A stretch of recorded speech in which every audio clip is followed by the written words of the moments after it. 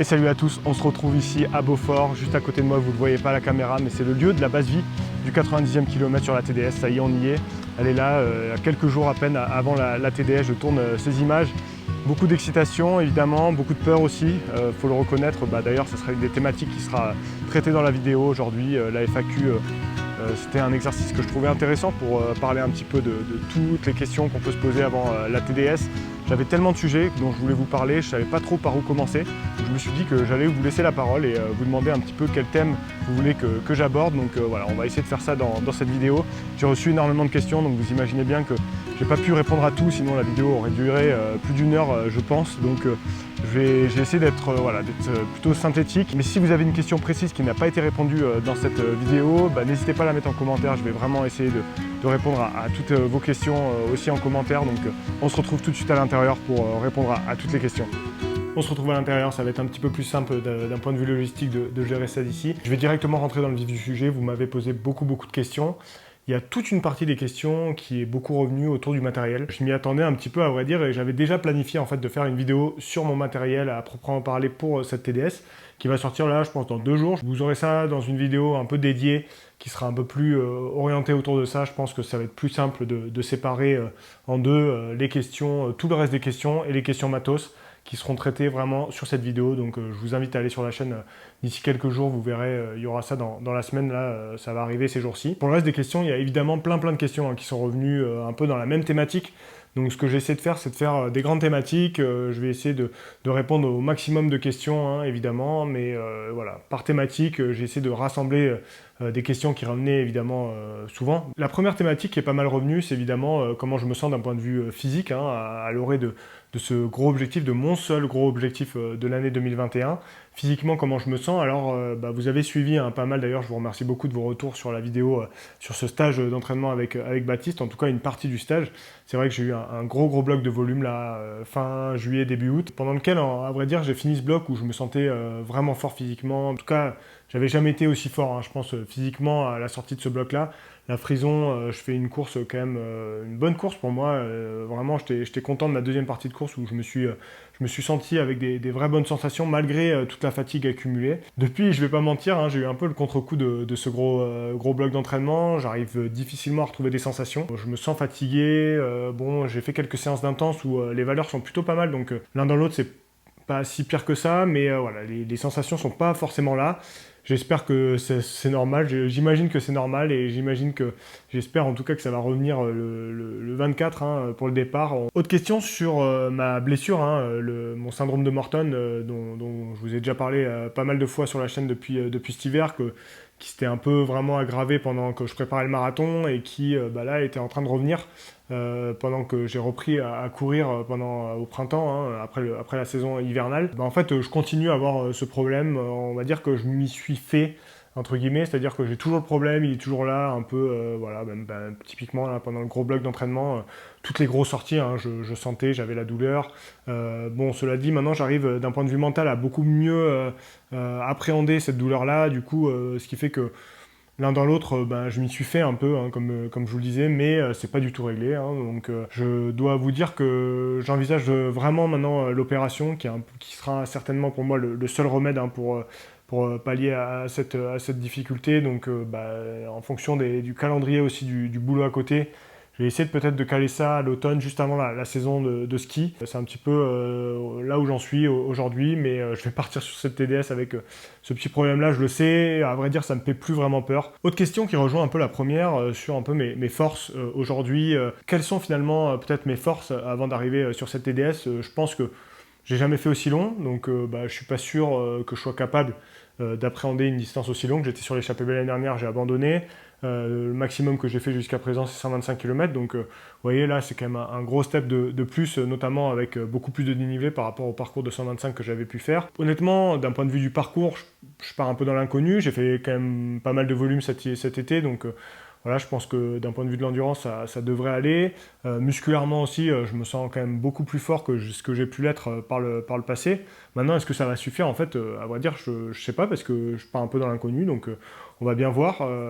Après, je sais que depuis que je travaille avec Simon sur l'entraînement, j'ai quand même progressé sur pas mal de points, hein. C'est ce que je disais un petit peu dans la vidéo sur le stage d'entraînement à la fin du stage, un peu en débrief, c'est que voilà, je sens que j'ai quand même passé des paliers. C'est encore dur d'avoir des choses concrètes qui le prouvent. Mais honnêtement, je le sens quand même que j'ai passé des paliers. Maintenant, moi, je suis quand même quelqu'un qui a un profil. Je suis plutôt bon en descente par rapport à la montée. C'est plutôt mes qualités, elles sont plutôt de descendeur plutôt que de grimpeur. Sur une TDS, je ne sais pas en fait qu'est-ce qui est le mieux, qu'est-ce qui est le plus intéressant. On va voir. Je sais que les dernières montées peuvent m'être vraiment difficiles. Donc. Honnêtement, c'est un peu difficile à dire maintenant. On va voir. Franchement, on va voir. Je ne sais pas si j'ai vraiment les armes adaptées pour ces formats-là. Ça sera une thématique d'ailleurs que je vais aborder dans une future vidéo. Je pense que j'ai fait ce que je pouvais faire pour être le mieux préparé possible. Est-ce que ce sera suffisant? Est-ce que j'ai assez d'expérience? Ça, on ne peut pas vraiment le dire. En tout cas, moi, je ne peux pas répondre à cette question pour le moment. Il y a ces questions sur le physique. Il y a pas mal de questions sur l'entraînement et sur notamment l'affûtage, qui, juste avant un événement comme celui-ci, vous avez été aussi beaucoup à me poser des questions sur Instagram, sur Strava aussi. C'est une question, c'est vrai, qui est assez récurrente chez les pratiquants d'ultra notamment, parce qu'on ne sait jamais trop, est-ce qu'il faut couper, est-ce qu'il ne faut pas couper? À vrai dire, moi, j'ai pas une expérience d'entraîneur, hein, j'ai pas des compétences d'entraîneur, donc je ne me permettrai pas de vous donner des conseils vraiment établis là-dessus. Je préférerais m'appuyer sur ce que des spécialistes, ce que disent les spécialistes. Alors, il y a pas mal de gens, effectivement, hein, qui conseillent de couper assez progressivement à 2 semaines de l'événement, tout en gardant quand même un peu d'intensité. À titre personnel, avec Simon, on a fait un petit choix un peu différent. On a fait ce qu'on appelle un affûtage en U, c'est-à-dire que on a mis, après beaucoup d'intensité, on a mis une petite phase un peu plus tranquille la semaine qui a suivi, en fait, ce gros bloc et la frison roche. Et puis ensuite, on a relancé la machine parce que, en fait, moi, je pense que je suis quand même un profil diesel. Ce qui fait que si j'arrive en ayant trop coupé avant l'événement, je ne suis pas sûr que ça va vraiment me réussir.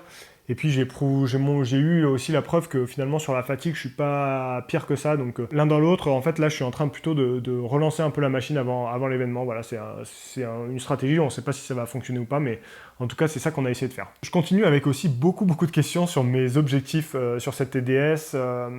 J'en ai déjà un tout petit peu parlé sur la première vidéo que j'avais fait début juillet, un peu sur le début de la prépa. C'est vrai que je ne me livrerai pas trop à ce propos, je n'ai pas trop envie encore de me livrer aujourd'hui, mais ce qui est sûr, c'est que j'y vais pas simplement pour finir. Ça peut paraître évidemment prétentieux de le présenter comme ça. C'est juste que j'ai quand même mis pas mal d'efforts dans la préparation. À titre personnel, c'est vrai que j'ai des objectifs chronométriques sur cette course, et l'idée, c'est pas simplement de finir. C'est pas vraiment ce qui m'intéresse, entre guillemets. J'ai envie de venir pour faire une course ambitieuse par rapport à mon niveau, hein, encore une fois.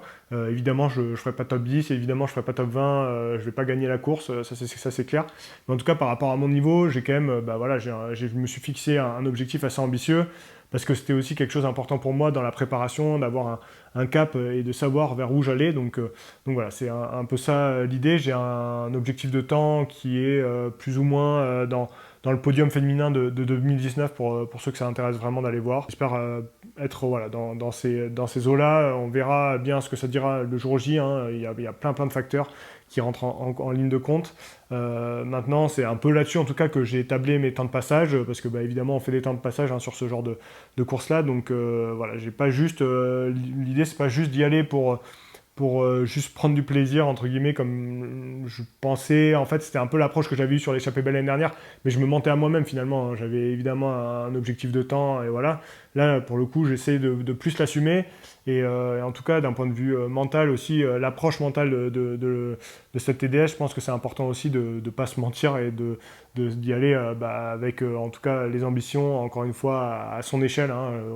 On peut tous avoir des ambitions à son échelle, voilà, moi c'est un peu mon cas, donc j'y vais aussi pour essayer de faire un chrono que j'ai en tête. Autre thématique qui est revenue souvent, l'assistance. Est-ce que je vais avoir une assistance sur la course? Alors à titre personnel, j'ai eu très peu d'assistance parmi toutes les compétitions, tous les dossards que j'ai pu mettre dans le passé, même sur Ultra. J'ai eu une assistance sur mon premier ultra, qui était l'Ultra Tour du Beaufortin d'ailleurs. Et j'avais un ami, Jordan, qui m'avait fait l'assistance pendant cette course-là. Et je dois dire que sans lui, certainement, j'aurais pas vu le bout de l'aventure. Donc ça a été super important pour moi sur ce premier ultra. Et en fait, le fait est que c'est lui, encore une fois, qui va m'accompagner sur cette TDS, alors avec un autre ami qui sera également avec lui. Donc voilà, j'aurai une assistance sur cette course. Je pense que ça ne sera pas de trop. Ceux qui partent sans assistance, c'est vrai que je pense qu'ils partent avec aussi un petit désavantage, hein, parce qu'avoir une assistance d'un point de vue mental, c'est une vraie aide. D'un point de vue logistique et le temps qu'on peut gagner, je ne suis pas sûr que ce soit énorme sur une course comme ça, parce que de toute façon, on s'arrête relativement longtemps aux bases vie, etc. Mais d'un point de vue psychologique, savoir qu'il y a quelqu'un à chaque fois qui vous attend, c'est quand même intéressant, ça vous stimule, je pense. Donc pour moi, en tout cas, c'est un vrai bonheur de pouvoir partager aussi une aventure avec des gens. C'est quelque chose, je pense, qui vaut vraiment le coup et je suis super content de les avoir à mes côtés. Donc un gros big up à Jordan et à Valentin qui seront avec moi sur cette TDS. Pour continuer sur la thématique d'assistance, on m'a un peu posé des questions sur comment j'allais gérer mes affaires, est-ce que j'allais changer de vêtements, de chaussures. En fait, mon assistance aura avec elle un gros sac de chaussures, avec pas mal de chaussures, même si je sais déjà, c'est assez clair dans ma tête quelles chaussures j'aurai pour quelle section, mais je préfère avoir un gros sac de chaussures avec plus de choix parce qu'on n'est jamais à l'abri voilà, d'un aléa ou d'avoir plus une envie d'une paire que d'une autre. Donc ils auront ça avec eux. Je prévois de changer de chaussures au moins une fois, je pense. Certainement peut-être à Bourg-Saint-Maurice, puis à Beaufort, ou peut-être que à Bourg-Saint-Maurice, à voir. Et puis ensuite, sur les vêtements, le sac, alors le sac, on ne peut pas le changer parce qu'il est scellé avec, vous le savez, quand vous allez montrer votre matériel obligatoire, il vous le scelle pour bien montrer que vous avez validé les conditions. Mais en tout cas, je risque de changer peut-être de ceinture. Ça, je vous en parlerai sur la vidéo sur le matos. Et puis aussi de vêtements, certainement surtout t-shirt. Peut-être mettre quelque chose de chaud s'il va faire froid la nuit.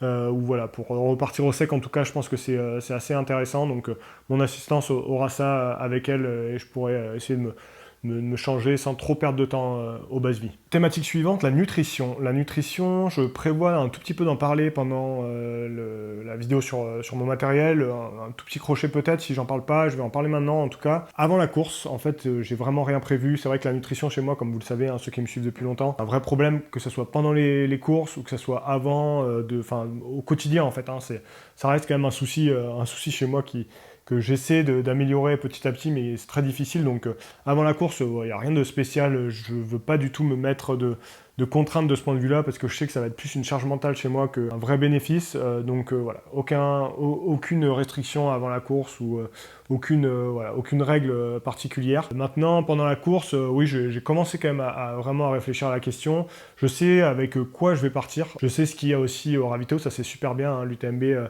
donne les détails exacts de ce qu'il y a à chaque ravito, sur chaque ravito, qu'est-ce qu'on va pouvoir trouver. Donc ça c'est intéressant aussi pour prévoir et pas non plus trop porter aussi. Ça peut être aussi une bonne chose de savoir qu'on va avoir tel type d'aliment et donc de ne pas le prendre avec soi. En tout cas, ce que j'ai prévu, c'est de partir à chaque fois de chaque base vie, il y en aura 3, avec des barres et des gels que je prends là au quotidien. Donc globalement, ce sera les barres Cliff et puis les gels Morten aussi. L'idée, ça va être d'avoir des gels Morten plutôt sur la fin du parcours, le dernier tiers on va dire, et aussi pendant la nuit, avec les gels dans lesquels il y a de la caféine dedans pour peut-être essayer de me tenir éveillé. Ça, c'est une autre question sur le sommeil que j'ai eu aussi plusieurs fois. C'est un problème chez moi hein, aussi, le sommeil. À chaque fois que j'ai couru une nuit, ça s'est pas très bien passé, donc là, ça va être un peu l'inconnu. On a fait le choix avec Simon de ne pas me faire de sortie de nuit parce que j'avais déjà accumulé trop de fatigue avec le boulot par ailleurs. Donc ça servait à rien d'aller accumuler encore de la fatigue sur des sorties de nuit, mais on verra bien. C'est un peu l'inconnu. Je mise sur le fait que normalement pendant la nuit, fin de nuit, j'arriverai à Beaufort si je suis dans les temps de passage. Donc ça veut dire que j'aurai aussi un peu de l'excitation, l'adrénaline. Peut-être ça va me permettre de rester éveillé. Et puis ensuite, aux bases vie, certainement manger plus des choses salées. De la purée de patates douces, ce genre de choses-là qui pourra un petit peu varier avec le sucré que je peux avoir par ailleurs. J'ai eu aussi tout un tas de questions sur des sujets un peu annexes finalement qui ne sont pas directement liés à la TDS, mais voilà, ça vous intéressait d'avoir des réponses à ça. Alors j'en ai sélectionné 2 comme ça en passant. Il y a quelqu'un qui me posait la question, est-ce que j'avais prévu de venir faire le GR34 un jour, le fameux sentier des douaniers en Bretagne. C'est un sentier qui est sublime, hein, que je connais par petits bouts, que j'ai très envie de faire, en tout cas en partie courir sur des bouts. Donc ça fait longtemps en fait que je réfléchis à des choses à faire autour de ça, donc certainement ça arrivera dans les mois qui viennent. Et puis de toute manière, hein, en fait, même si évidemment la montagne ça reste mon environnement favori de très loin, j'ai aussi envie d'aller courir sur des portions différentes, de découvrir autre chose. Et ben, les sentiers côtiers, c'est vraiment typiquement des choses qui me font envie, et particulièrement le GR34. Donc vous risquez de me voir en Bretagne un jour ou l'autre dans le futur. Juste une petite parenthèse, j'ai eu également des questions de ce type sur le fait que est-ce que j'allais courir en Belgique un jour. Même chose, hein, je sais que vous êtes pas mal les Belges à me suivre, c'est d'ailleurs super cool d'avoir une communauté francophone comme ça un peu à l'étranger aussi qui me suit. Et c'est pareil, hein, la Belgique c'est une vraie terre de trail. J'ai vraiment envie de venir un jour vous faire un petit coucou, donc c'est certainement, j'ai pas encore prévu, il n'y a rien de prévu pour le moment, mais ça arrivera certainement dans le futur. Autre question qui n'est pas directement en lien avec cette TDS, même si quelque part il y a un petit lien, c'est Romain, d'ailleurs dédicace à Romain qui l'a posé. Est-ce que je vais me relancer sur un projet type marathon après la TDS? Alors après la TDS, ça me permet d'aborder un peu le reste de ma saison, qu'est-ce que je vais faire. Je pense en fonction de comment je récupère, ça va vraiment dépendre de ça, comment je récupère. Je vais certainement remettre un objectif trail d'ici la fin de saison, peut-être fin octobre, début novembre, à voir si j'ai bien récupéré. Si j'ai pas bien récupéré, bah, peut-être qu'il y aura des petites courses comme ça pour s'amuser, mais pas de vrais objectifs. Et puis après cet hiver, je risque quand même de beaucoup skier, hein, plutôt. Donc l'objectif marathon, c'est pas sûr que ce soit pour tout de suite. Par contre, j'ai vraiment envie de travailler à ma vitesse, donc à voir quand je vais réussir à placer ça un petit peu dans le calendrier, mais c'est pas impossible que je fasse des trucs autour de la course sur route. Enfin, c'est même sûr, hein, à vrai dire, c'est déjà sûr que je vais faire des choses sur la course sur route, et pour cause, il y a un gros projet qui arrive pour 2024, l'été 2024. Je sais pas si vous voyez à quoi je fais référence, donc en tout cas on en reparlera très vite, parce que je vais faire beaucoup de choses pour cette date-là, et pendant les 3 ans qui nous séparent de cette date-là. Il y aura beaucoup de choses autour de la course sur route aussi sur la chaîne, parce que déjà d'une part ça m'intéresse, et d'autre part il y a ce gros projet qui va arriver à l'été 2024. Donc voilà, le projet marathon, c'est sûr qu'il y aura un marathon a priori, je sais pas quand exactement, mais dans les mois, les années qui viennent. Maintenant, on va voir, est-ce que ça sera tout de suite, je sais pas. Mais la route, ça m'intéresse, donc Romain, tu peux être, je sais pas si ça te rassure ou pas, mais en tout cas, tu me verras courir sur route dans les mois, les années à venir, ça c'est sûr. Enfin, dernière thématique, tout l'aspect psychologique. Vous avez été aussi beaucoup à me poser des questions autour de ça, comment j'abordais l'événement, est-ce que j'étais stressé, est-ce que j'étais plutôt motivé, etc. Donc voilà, je vais essayer de répondre un peu globalement à toutes ces questions-là. Je vais pas vous mentir, il n'y a pas de raison, je suis assez stressé à quelques jours là du départ. C'est vraiment mon objectif de l'année, donc voilà, j'en ai un, et ça serait dommage de le louper. Comme je le disais aussi dans la vidéo précédente sur le stage, finalement le plus important, peut-être que je l'ai vécu avant, c'est ça qu'il faudra peut-être se souvenir. Maintenant j'ai vraiment envie de bien faire, et ça c'est un peu, voilà, des fois quand on a envie de trop bien faire, c'est pas là où ça se passe le mieux. Je me rappelle de l'échappée belle où ça s'était pas super bien passé. En tout cas ouais, non, vraiment je suis quand même assez stressé. Voilà, le fait que j'ai pas non plus des super sensations ces jours-ci, ça arrange pas l'affaire, mais j'ai vraiment envie de bien faire. Je suis super motivé, j'ai très hâte en fait, vraiment très hâte de cette semaine UTMB de manière générale.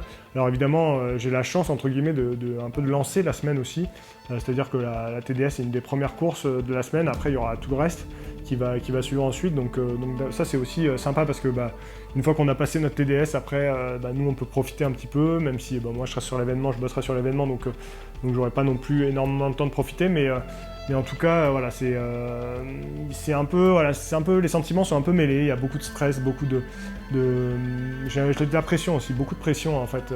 Ça c'est vrai que j'en parle pas vraiment, mais le fait de partager tout ce que je fais aujourd'hui, c'est un choix, donc je peux pas du tout m'en plaindre, et je suis super heureux de faire ça au quotidien, et de devoir avoir toute cette interaction avec vous. C'est quand même que du plaisir, hein, vraiment beaucoup de plaisir, et de voir aussi que ça vous intéresse. Par contre, la contrepartie de ça, c'est aussi d'avoir un peu, il y a pas mal d'attentes quelque part.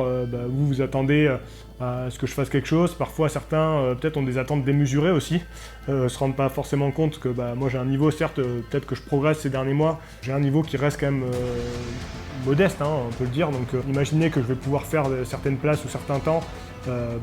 C'est peut-être des fois un peu irréaliste aussi, mais en même temps c'est vraiment bienveillant de votre part, donc Donc moi c'est surtout quelque chose qui me motive avant tout, hein, et ça me fait vraiment chaud au cœur de voir que vous croyez en moi aussi. Maintenant c'est aussi une part de pression, et finalement la pression, on dit la pression on la boit, moi je suis pas sûr qu'en ce moment je la bois vraiment, mais pas mal de pression sur les épaules mine de rien, peut-être que je me la mets moi-même, un fois stressé, à la fois je sens un peu la pression, à la fois j'ai une énorme envie et je suis ultra motivé, donc c'est un peu tous ces sentiments qui se mêlent en ce moment. Voilà, j'ai essayé de faire le tour un petit peu de toutes les thématiques qui ont été abordées dans ces questions. Encore merci pour avoir été aussi nombreux à m'avoir posé des questions. C'est la première fois que je me prête à cette thématique FAQ, peut-être que j'en referai d'autres dans le futur si ça vous plaît. Essayez de répondre au maximum de gens, je suis vraiment désolé si une de vos questions est passée à la trappe, n'hésitez pas à la remettre en commentaire, je vais essayer vraiment de répondre à toutes les questions qui n'ont pas été posées ou qui ont été posées et auxquelles j'ai pas répondu en commentaire. N'hésitez pas, et puis en tout cas on se retrouve là très vite pour la vidéo